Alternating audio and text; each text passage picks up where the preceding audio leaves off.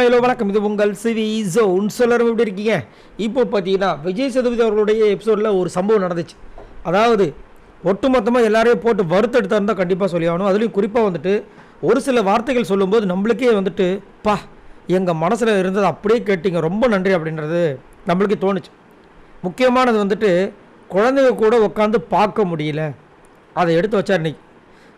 என்னை வந்துட்டு போன வாட்டி கேட்டாங்க ஷோவில், குழந்தைங்க கூட உட்கார்ந்து பார்க்க முடியல சார் அப்படின்னு. ரிமோட் உங்கள் கையில் தானே இருக்குது, சேனலில் மாற்றுங்கன்னு சொன்னேன். அப்போ எந்த அளவுக்கு வந்துட்டு அவங்க காண்டாக இருந்தால் இந்த கேள்வி கேட்டிருப்பாங்கன்னு செம்ம பேச்சு. அதை சொன்ன உடனே இந்த பக்கம் பார்க்குறேன், அரோரா மூஞ்சி மாறி போச்சு, ஆதிரை மூஞ்சி மாறி போச்சு, எஃப்ஜே மூஞ்சி, துஷார் மூஞ்சியில் காலி. ஏன்னா அதிகப்படியாக இப்போ அவங்க தானே.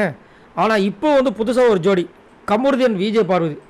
ஐயோ அவங்க பேசுகிறாங்க பாருங்கள், டபுள் மீனிங். ஐயோ அதுக்கு மேலே இருக்குது. ஆனால் ஃபஸ்ட்டு வந்து அதிகப்படியாக வந்து வெளியில் வந்து பிரபலமானது நெகட்டிவ் வேலை பார்த்தீங்கன்னா இவங்க இந்த ரெண்டு ஜோடி தான். அதுக்கப்புறம் வந்து ஸ்டார்டிங்கே வினோத் வந்துட்டு ரொம்ப ஆர்வ கலரில், சார் நான் உங்களுக்காக ஒரு பாட்டு சார், போதும்ப்பா உட்காரு அப்படின்னு. இல்லை சார் ஒரு பாட்டு, போதும் உட்காரு. போன வாரம் நீங்கள் பாடின பாட்டு பார்த்தீங்களா உள்ள, அதுவே சூப்பர், இப்போ உட்காருங்க அப்படின்ட்டார். அப்போயே அவருக்கு ஒரு மாதிரி ஆயிடுச்சு. ஆனால் எல்லாருமே நல்லா சிறப்பாக பண்ணிட்டீங்க. அதாவது நீங்கள் வந்து இங்கே தப்பு செய்கிற நினச்சிட்ருக்கீங்க, நீங்கள் வெளியில் வந்து எவ்வளோ கேவலமாக ப்ரொஜெக்டாக இருக்கீங்கன்னு அது உங்களுக்கு தெரிய மாட்டுது அப்படின்ற மாதிரி வச்சு செஞ்சார். அதுக்கப்புறமா இன்டர்வியூக்கு வரும்போது என்ன சொன்னீங்க நீங்கள், இப்போ என்ன பண்ணிகிட்ருக்கீங்க, கொஞ்சமாக அதுக்கு சம்மந்தம் இருக்கா அப்படின்ட்டு பாவாக்க ஜூஸை குடிக்க விட்டார்.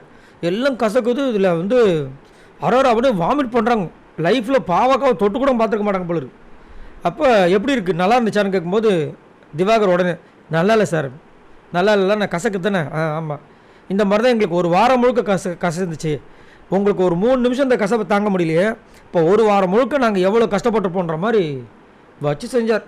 பயங்கரமாக இருந்துச்சு. ஆனால் லாஸ்ட்டாக ஒன்று சொன்னார், என்னென்னா எங்களுக்கு உள்ளே வந்தவங்களோட பேர் கிடக்கூடாது, ஆனால் நீங்கள் என்ன பண்ணி நாங்கள் கிடாமல் தான் பார்த்துக்குறோம், ஆனால் நீங்கள் பேசுகிற விஷயங்களை வச்சு வெளியில் வந்து மக்கள்கிட்ட நான் கெட்டவேன் அப்படின்னு நீங்களே ப்ரொஜெக்ட் பண்ணிக்கிறீங்க, அதை தயவு செஞ்சு பண்ணாதீங்க அப்படின்னு சொல்லிட்டு இஷ்டத்துக்கு போட்டு பொழந்தாப்பில் வேறு மாதிரி இருந்துச்சு.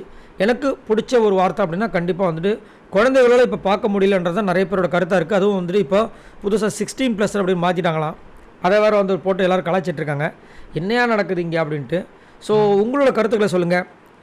இங்கே வந்து இந்த மாதிரி சொல்லியும் இதுக்கப்புறமாவது இந்த பிக் பாஸ் வீட்டுக்குள்ளே இந்த மாதிரி விஷயங்களாம் மாறுமா, இல்லைங்க திரும்ப இப்படி தான் பண்ணுவாங்க அப்படின்னு நினைக்கிறீங்களா? மறக்காமல் கமெண்ட்ஸ் பண்ணுங்கள். பாய் நண்பர்களே.